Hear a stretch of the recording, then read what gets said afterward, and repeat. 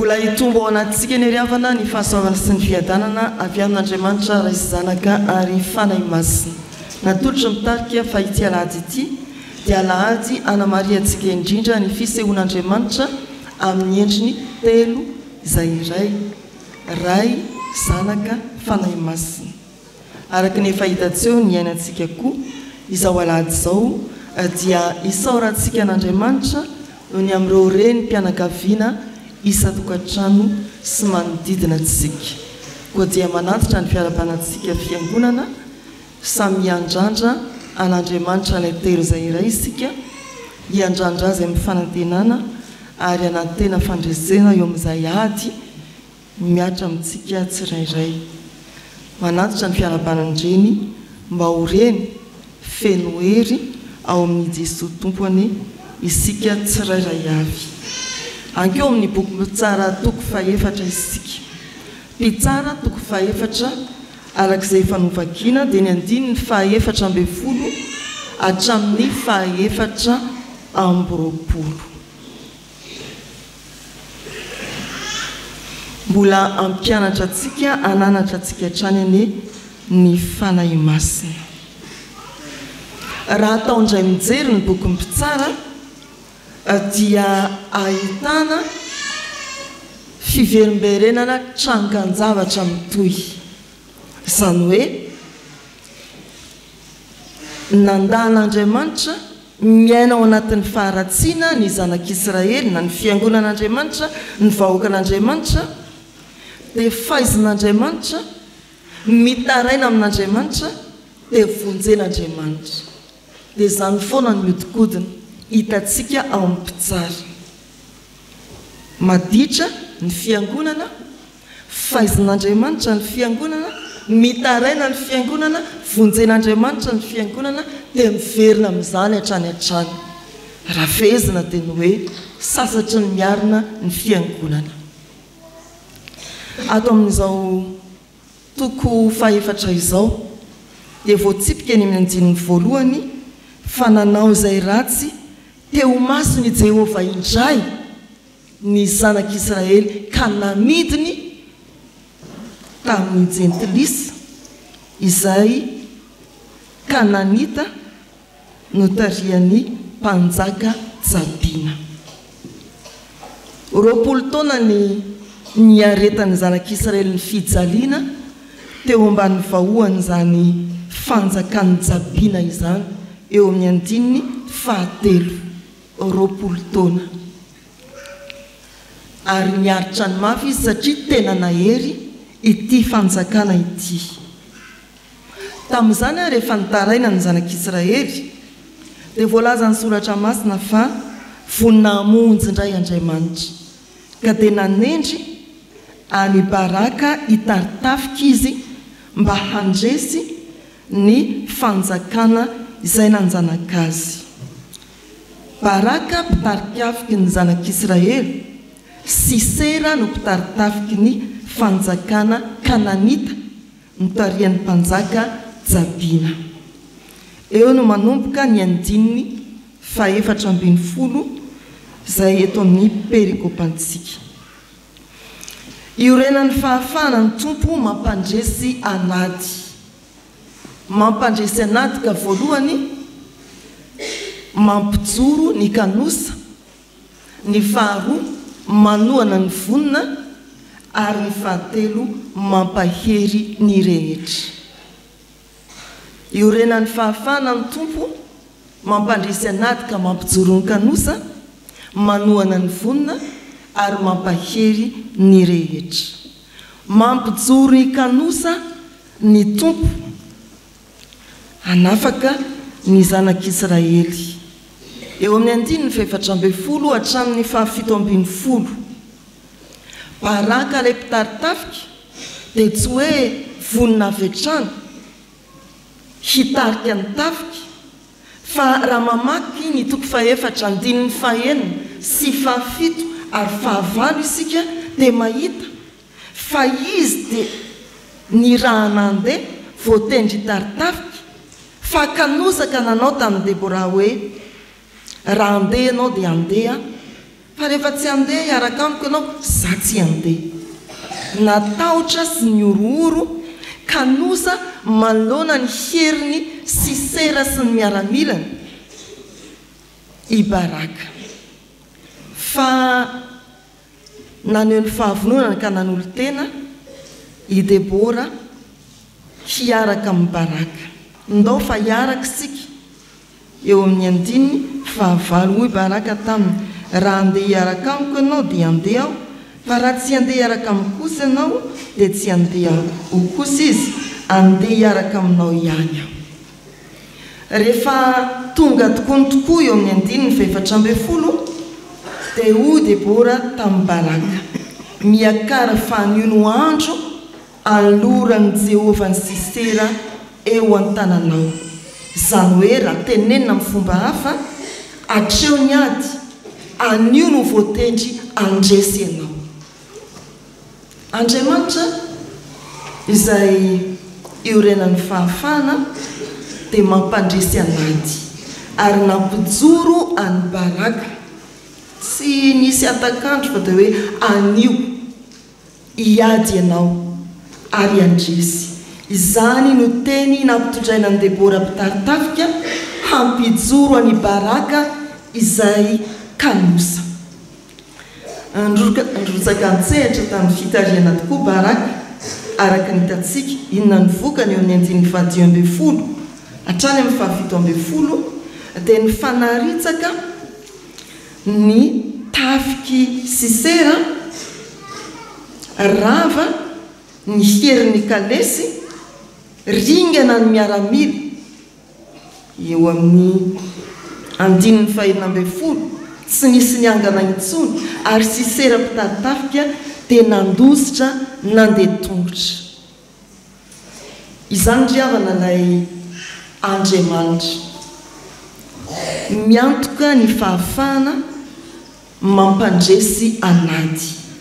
Ilay olona kanosa tahaka ny Baraka voatendy taritafika ny salasala dia tonga tafajoro ka nampahitany fandresena. Betsaka ny toan'ny Baraka ao anatin'ny fiangonana, mpitarika fakanosa ary misalasala ny amin'izay anjara fitariana omen'Andriamanitra azy.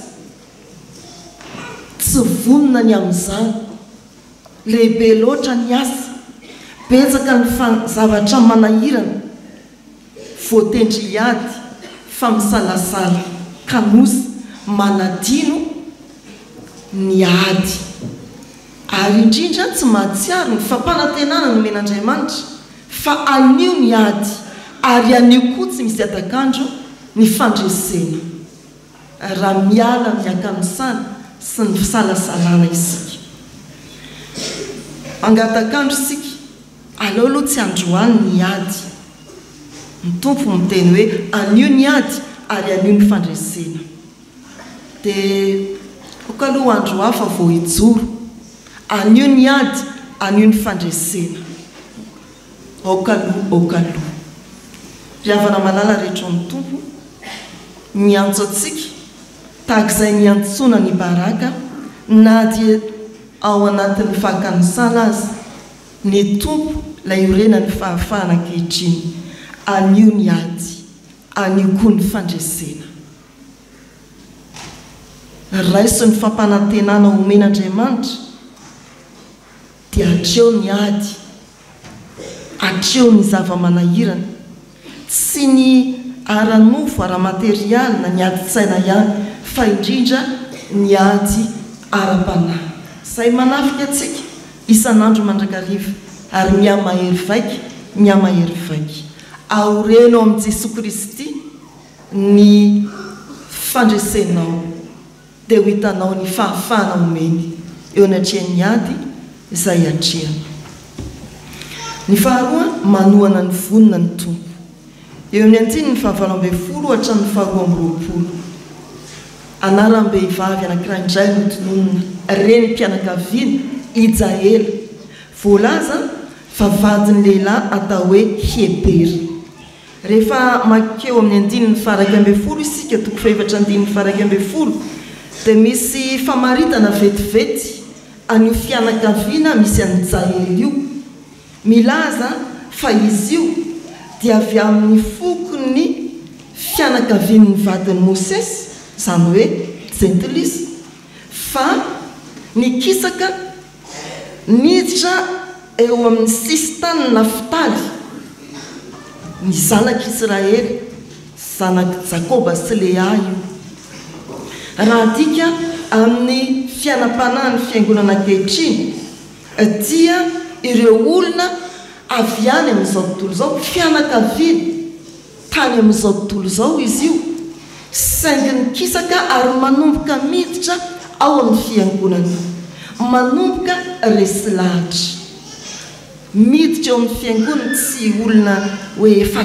teo amin'ny fiangonana hatramin'izay na efa fokony Naftaly fa miditra eo amin'ny sisitany zany Zananim zany dia sisitany Naftaly olona vao manomboka miditra eo amin'ny fiainan'ny fiangonana neveriny Sisera fa mbola namana izy io eo amin'ny andininy fa 17 ary Sisera nandositra nandeha tongotra ho any amin'ny Jael ilay vadiny Ibera fa niavana Jabina mpanjaka ny Azora sy ny mpianakavin'ny Ebera Kenita tena mpiavana ny mpanjaka ny Kananita Jabina sy ny fianakavin'ny Ebera ao anatin'izany Jael vadiny izany hoe tena ny fankahazo mihitsy ny fahavalon'ny zanak'Israely sy ity fianakaviana ity dia mbola neveriny fa tao ihany zany fifankazahoana izany tany izy nialokaloka tao an-tranon'ny Jaela reny mpianakaviana efa niovafo ilay Sisera mpitaritafiky ny fahavalon'ny Israely no nieritreritra hialokaloka dia izao ny fandehana tena reraky Sisera matory dia nindrakofany lamba amerana osotroko dia nomendronono dia niesina natory reraka loatra hoy ny soratra masina ary rehefa iny izy reraka loatra iny dia naka ilay hoe tsy manday dia lay tohana fanao amin'ny ilainy tranony Israelita hazo lava maranitra magaga rehefa navady hoe tanantanana marto dia mipepepony teo amin'ny firiva ny hazo ezabe iny dia miesina takinina moa zany Sisera dia tsy hotaitra ve vao mitehaka eo ilay hazo maranitra be fa tonga mitehaka tamin'ny tany ilay hazo ary dia maty Sisera dia tonga baraka hitady azy aviva aseoko anao ny lehilahy tadiavinao izay fampaherezana ho antsika ry havana Jaela izay reny mpianakaviana niovafo vao manomboka miditra eo amin'ny sehatry ny fiangonana dia afaka nitondra fandresena ny fahavalon'ny fiangonana ny fahavalon'ny zanak'Israely nampiasa ny heritsaina ny fahaizana nampiasa ny teo ampelantanana lay marto sy ny hazo maranitra teo ampelantanana mba hamono afaty any Sisera mpitaritafiky indraindray dia mbola everiny devoly fa namany any ianao namany any mitokantranonao nitokantrano efa niala tany amin'izao tontolo izao niditra eo amin'ny fiainana araka an'Andriamanitra dia mitady hitapifitify any amintsika izy any atokantranotsika ny fahavalon'Andriamanitra ny fahavalon'ny fiangonana fa ianao reny mpianakaviana no ajoro eto satria maneho fahavinonana tahaka ny Jaela mba handresy miasa maty ny Satana mitady iraikidraikitra na hitapifipify ao atokantrano izany ry havana ilazana amintsika hoe manohana ny vonona ny tompo mivonona ianao raha tonga ny antranonao mbola mieritreritra ny anao izay tiany atao ihany Satana hampahory ny tokantranonao mijoroa ianao no jahery ampiasao ny faharanita-tsainao reny mpianakaviana ampiasao ny fitaovana eo ampelantananao hitondrana fandresena ho an'ny ankonanao ho an'ny fiangonan'Andriamanitra. Ny fahatelo ry havana mampahery ny rehetra ny tompo. Eo amin'ny ny fahatelo amby roapolo sy ny fahaefatra amby roapolo mamarina izao perikopa izao dia voalaza ny hoe nahetrin'Andriamanitra Jabina mpanjakan'ny Kanana saingy tsy mbola tonga ny fandringanana. Nampiasa ny fahatokiana sy ny fiorenana tamin'ny finoana taon'ny Debora mpitsara Andriamanitra andringanana ny miaramila ny tarian'ny Sisera. Nampiasa ny Jaela vehivavy tsotra ny azona ny finoany Andriamanitra mba hamonona ny mpitaritafika tao Kanana dia mampiombona indray izy ankehitriny. Ny zanak'Israela rehetra ny ahery tamin'ny Jabina mpanjakan'ny Kanana mandra-pandringany azy.